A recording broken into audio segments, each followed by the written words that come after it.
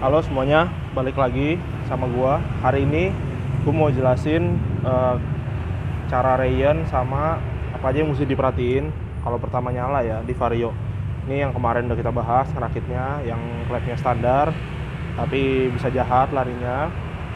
Kemarin udah gue jelasin perakitannya, partnya apa aja. Nah ini hari ini gue mau nyalain. Ini proses masangnya overall sama aja ya, kayak biasa. Jadi pasang kerangka biasa, terus semua dipasang, sepul, radiator, segala macam dipasang kayak normal aja, knalpot dipasang. Nah ini yang sisanya yang belum gue pasang, yang peritilan-peritilan di atasnya nih. Nanti gue jelasin satu persatu. Oke, yang pertama kalian jangan lupa nyetel ini ya, nyetel setelan klep ya. Gue berapa kali, jujur aja nih, gue berapa kali suka lupa. Jadi mesin udah nyala, itu suaranya kasar, ternyata settingan klepnya belum gue setel, gue lupa biasanya karena main tutup aja. Jangan lupa yang pertama setelan klepnya di setting ya normal ya, saya settingannya ya pakai filler gauge. Gue biasanya itu pakai innya 0,10, X-nya 0,15. Gue agak jarang ya pakai settingan klep yang angkanya harus sekian enggak sih. Biasanya settingan klep itu, settingan celah klep itu gue pakai buat sebagai apa ya, angka pemuaian. Jadi si valve train ini memuai berapa mili sampai, jadi kan kalau benda itu panas kan dia memuai. Nah ketika memuai itu kan semua celahnya kan rapet. Nah sedangkan part-part kayak di Matic ini tuh partnya banyak nih, ada rocker arm, ada noken segala macem. Nanti mereka memuai satu persatu. Nah setelah mereka memuai itu, gue cuma nyari gimana caranya waktu memuai itu nggak bocor klepnya. Jadi ketika nanti memuai, seharusnya setelannya tuh nol semua, rapet. Jadi udah nggak ada gap lagi pas panas ya. Makanya gue ngasih celah klep itu biasanya innya 10, X-nya 15. Tapi biasanya gue juga nyoba-nyoba sih di beberapa motor-motor lain, mungkin setelannya beda-beda. Nah biasanya gue kalau udah nyetel klep itu biasanya gue engkol-engkol ya biar mesinnya muter. Ini enak kayak Vario lama-lama ada engkolan ini. Kalau yang baru-baru agak repot, mesti putar manual di magnet atau di puli ya. Ini enaknya di engkol gini. Biasanya gue ngerasain sama ngedenger ada suara-suara kasar nggak, ada yang beradu nggak, diputar pelan-pelan tuh ada yang macet nggak. Kalau semuanya lancar, kalau semuanya udah halus, baru gue berani tutup headnya. Nah biasanya kalau headnya udah gue tutup headnya, covernya kan kemarin di porting nih ininya, jadi biasanya bakal ada penyesuaian di ebonit sama di intake-nya nih, intake-nya. Jadi biasanya gue bikin dulu cetakannya di sini pakai kardus bekas yang tipis gitu, bolongnya sesuai baut, terus diketok-ketok sampai ada lubangnya. Ntar cetakan kardus itu gue tempel di sini nih, di ebonit. Jadi ebonitnya begini, pasang di sini, taruh kardusnya, terus dibaut. Nanti sisanya dalamnya diporting sesuai bentuk si kardus tadi biar sama banget sama ini. Itu nama bahasa kerennya port matching lah namanya ya. Jadi jangan sampai ininya lu porting kemarin udah gede, udah bagus, sininya enggak dibentuk sama sekali, jadi lubangnya tuh mandek. Nah biasanya waktu gua port matching itu biasanya si ebonit itu gua tandain. Jadi ini ada tanda kecil nih di sini nih, kecil banget, kelihatan nggak? Nih ada kayak tanda panah di sini ya. Ini gua tandain, tandanya ini tuh ketemu sama intake dan ngadepnya ke depan, jadi gini. Karena setelah di port matching itu lubangnya udah spesifik ya, maksudnya nggak bisa ebonitnya dibalik-balik gini, udah lubangnya beda ntar. Jadi makanya gue ngasih tanda itu biar gue tahu arahnya kemana dan posisinya kayak apa. Ini kayak gini, ini udah gue port matching, udah beres. Ini lanjut pasang intake-nya ke head. Oke, ini sekarang masang injektornya ya. Jadi ini motor sebelumnya cc-nya 200, cc-nya gede lah, gede banget. Injektornya tuh gede banget nih, pakai BRT yang 3 hole nih. Gue nggak tahu sih berapa cc-nya, nggak ada tulisannya sih. Oh ada 100 mana sih, 4 hole ya, nggak tahu lah ya. Pokoknya ini lubangnya ada 3 doang, kayaknya dulunya bekas 200 cc. Kalau saran dari gue, apa yang ada dipasang dulu aja, nggak apa-apa. Ntar kalau emang ada perubahan di perjalanannya, ntar kita Kita lihat ya, ini injektornya cukup apa enggak. Kencengin dulu injektornya. Oke.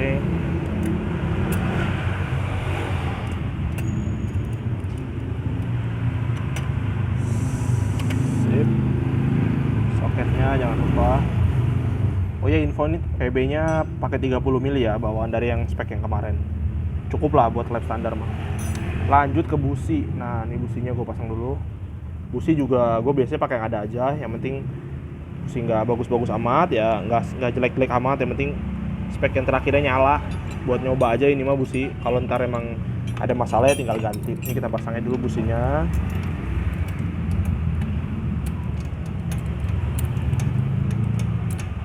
Oke, businya kencengin.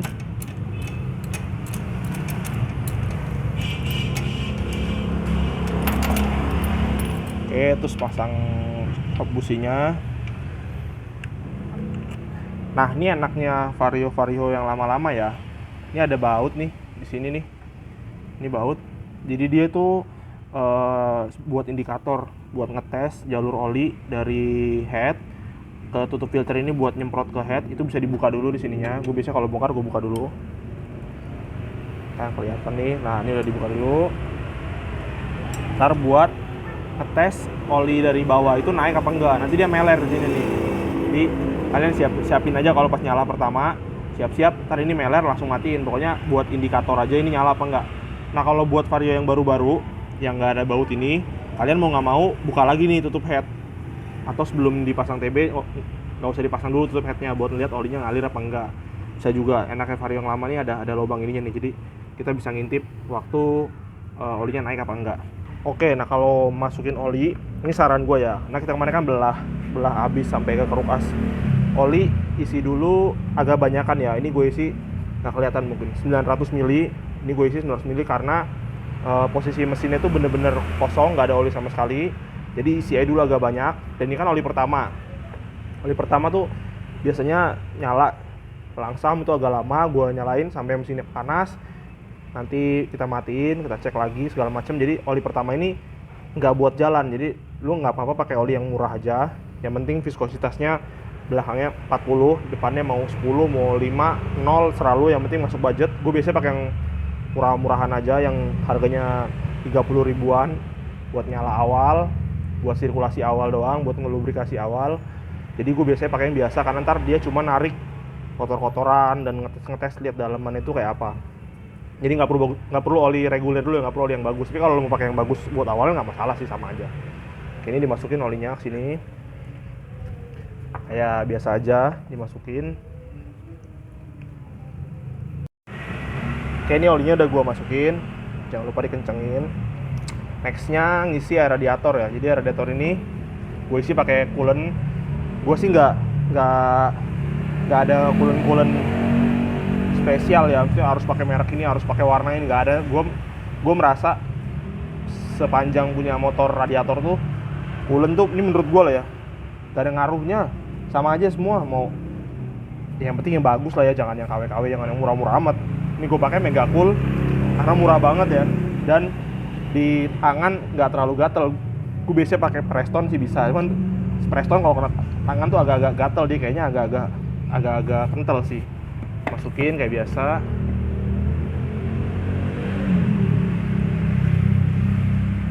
Oke, udah penuh. Ini biarin dulu aja, nggak usah ditutup. Nanti nextnya kita nyalain mesinnya sambil kita lihat air radiatornya ada gelembung atau enggak, atau ada kondisi apa-apa yang ada yang aneh apa enggak, bisa kelihatan. Jadi nggak usah ditutup dulu aja. Oke, nextnya lo kontak dulu. Biasain ini, lihat dulu ada kode error apa enggak. Kalau lo ada lupa nyolokin sesuatu. Nah, gue biasanya mulai mau nyalain. Jadi ini kita starter aja ya. Ini sorry ya, ini mungkin tadi kabelnya soketnya cabut, soket fuel pumpnya. Udah beres. Ini gue mau nyalain. Kalian perhatiin lubang ini ya, nanti kalau ada oli, kalau udah naik langsung aja dimatiin ininya, mesinnya. Ini cuma buat nyala awal aja. Lihat olinya naik apa enggak.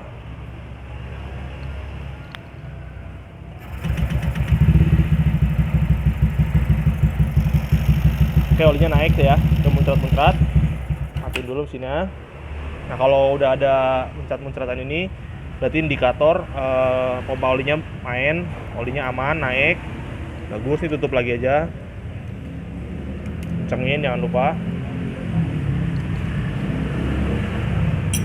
Oke, kalau udah ini baru kita nyalain lagi. Kita usahain dia langsam, nyala. Bisa langsam atau enggak nanti kita lihat ya. Ini gua agak khawatir injektornya tadi agak kegedean kayaknya, soalnya nyalanya agak susah.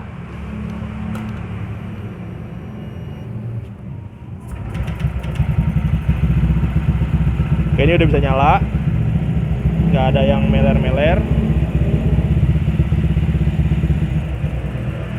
Tapi ini nggak mau langsam ya. Ini kayaknya injektornya kegedean deh. Coba lagi deh. Ya dilepas gas lalu mati ya. Berarti ini kayaknya injektornya kegedean. Biasanya gue turunin dulu satu step dulu. Mungkin gue mau coba ke injektornya Sonic ya, yang 8 hole. Ini gue bongkar dulu. Oke, ini gue pasang punya Sonic dulu. Nah coba dulu ya, dia bisa langsam apa enggak. Langsung gue pasang aja kayak biasa. Terus jangan lupa dikencengin.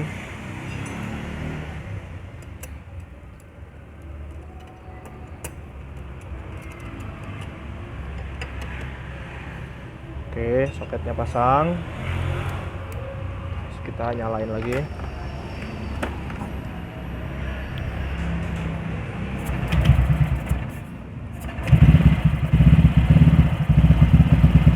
Oke, udah nyala.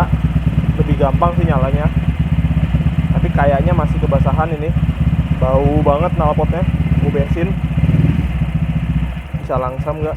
Oh, udah mulai bisa, tapi masih mati-matian. Ini kayaknya masih kebasahan.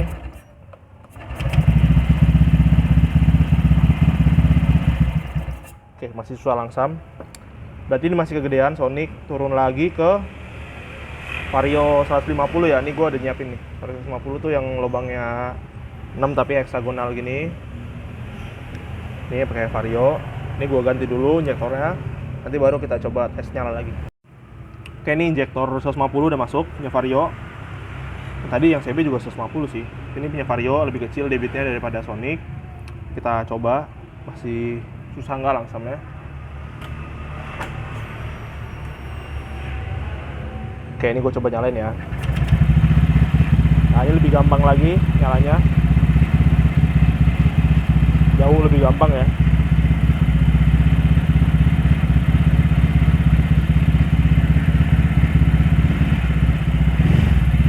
Oke, ini bisa langsam ya tuh. Ini udah langsam. Berarti cocoknya pakai Vario. Ini nyala. Ini kalau udah nyala, kalian lihat ke sebelah sini ya, ke sebelah radiator. Kalian lihat ke ininya, ada gelembung-gelembung apa enggak. Digas-gas dikit nggak apa-apa. Oh ya, ini CVT-nya belum gue pasang ya, nggak apa-apa sengaja biar kalau digas-gas RPM-nya lebih cepat, jadi kalau ada apa-apa lebih cepat ketahuan ya. Oke, nggak ada gelembung, kayaknya aman.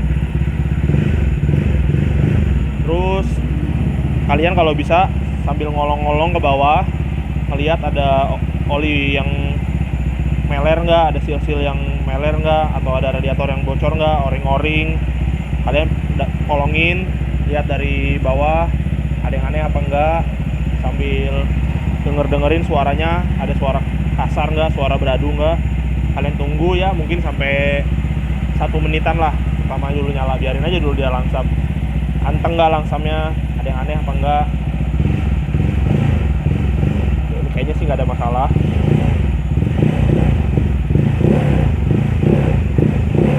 Nggak ada suara aneh-aneh juga. Oli juga udah gue cek, nggak ada yang meler, nggak ada yang netes. Ini overall aman kayaknya.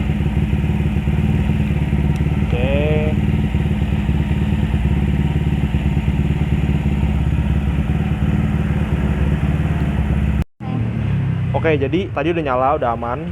Nanti nextnya gue pasang CVT, sekalian setting dikit. Terus gue mau ngasih tahu, jadi kalau Ryan itu gue biasanya namanya Ryan duduk dulu, jadi motornya nggak kemana-mana, biarin dia langsam.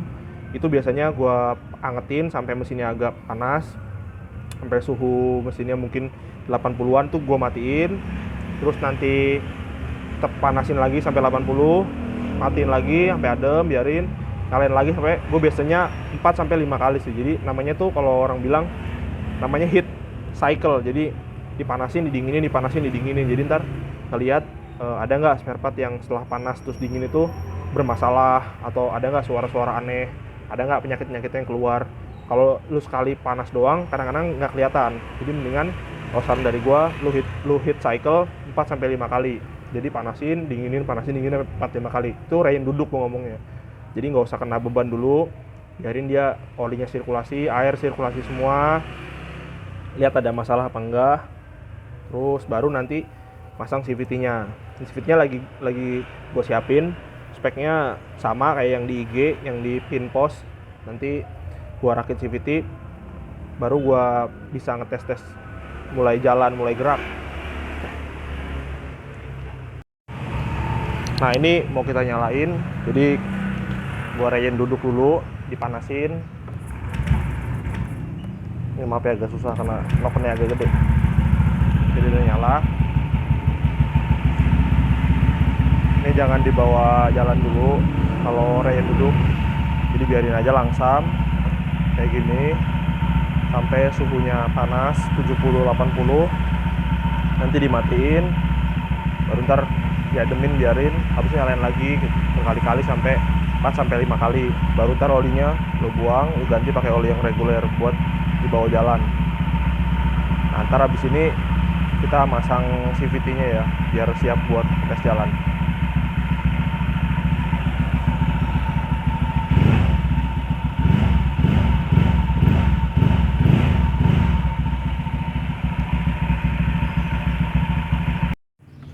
Oke, ini masang CVT-nya. Ini speknya kayak yang di IG ya, nanti di link deskripsi gue masukin deh. Ini persis banget, jadi ini nggak di derajat, ini cuma di kerok jalur roller. Ini kerok yang bagus, kerok, terus rollernya sama 10 gram. Aduh, ini gue pasang-pasangin rollernya sama ya kayak yang kemarin, yang bagian yang ada daging lebihnya ini sebelah kanan nih gini. Oke, ini pasang semua. Udah, terus tutupnya, masukin bosnya, kita masukin di sini. Terus ini nyeting, mungkin awalan gue pakai ringnya 1 dulu. Nanti kalau emang butuh 2 ya kita tambahin. Tapi lihat nanti aja kayak gimana.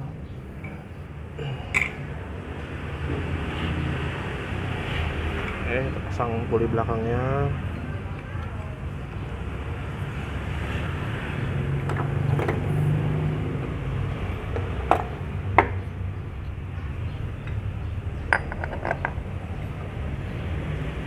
Sip, tinggal kita baut, kita kencang-kencangin. Oke, ini udah dikencangin semua mur-murnya. Lanjut tutupnya dipasang. Dah, terus baut-bautnya dikencengin. Oke, ini udah dikencengin, udah siap jalan. Cuma Vario ini lampu-lampunya kan nyantol ke bodi kan, jadi mau nggak mau bodinya dipasang, karena kalau tes jalan nggak pakai bodi nanti lampu sennya nggak nyala, jadi bahaya kan. Ini oli udah diganti lagi pakai oli yang reguler yang bisa udah buat jalan. Oli yang Reinnya udah gue keluarin, masih hitungannya masih bening, tapi isinya tuh gram semua. Itu sebaiknya jangan dibawa jalan kalau lagi gitu. Jangan lupa dicek-cek terus ada yang netes nggak air atau oli, biar kalau ada apa-apa sebelum jalan tuh ada tindak preventifnya ya, mencegah sebelum kerusakannya lebih parah. Ini sih sejauh ini nih aman. Oke, sekarang gue masang bodinya, bodi depan, bodi belakang dirapihin, pasang jok. Terus tutup yang bodi yang di tengah sini nih, yang tengah sini nggak usah dipasang dulu kalau gue. Jadi ntar biar kelihatan lubangnya, kalau ada apa-apa kita bisa lebih cepat kelihatan. Kalau ada asap-asap juga lebih cepat keluarnya.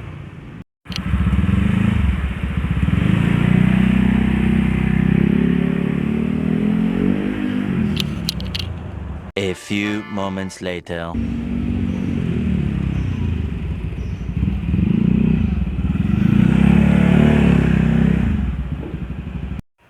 Oke, ini udah gue tes. Overall aman. Jadi kalian ntar pas ngetes, kalau bisa jangan jauh-jauh dari bengkel dan jauh-jauh dari rumah. Nah kalau ada apa-apa repot urusannya. Jadi gue biasanya tiap 200 meter itu berhenti, terus ngolong, ngecek-ngecek ada nggak yang netes, ada nggak yang bermasalah, jalan lagi. Ntar tiap 200 meter lagi berhenti lagi, cek lagi ada masalah apa enggak, baru gue jalan agak kenceng, agak buka gas, baru setelahnya balik ke bengkel. Ini overall udah beres motornya, udah bisa diambil. Paling ntar sisanya tinggal nyeting-nyeting. Ini belum tahu ownernya mau lanjut pakai jukennya setting sendiri di dyno atau ntar tes pakai piggyback. Yang pasti secara mechanical ini udah aman, secara electrical juga udah aman, nggak ada masalah. Motornya juga udah siap jalan. Paling ntar next video kalau orangnya ownernya pakai ngetes atau jalan kemana, nanti gue kabarin lagi di video selanjutnya. Oke, thank you semuanya yang udah nonton, yang udah ngikutin bangun Vario ini. Gue belum bisa ngomong larinya kayak gimana karena tes jalan juga butuh persiapan. Ntar ownernya aja yang ngetes, ownernya aja yang review. Selebihnya ntar gue bikin video lagi. Oke, sip. Kalau ada masukan, kalau ada ide, kalian komen aja. Nanti gue coba pikir-pikirin apa aja yang bisa dikontenin. Oke, ini persiapan ya, ntar gue mau update-update soal X-Max. Ini headnya udah beres, kita ngerakit X-Max. Oke, tungguin aja video-video selanjutnya. Thank you udah nonton, sampai jumpa lagi, bye.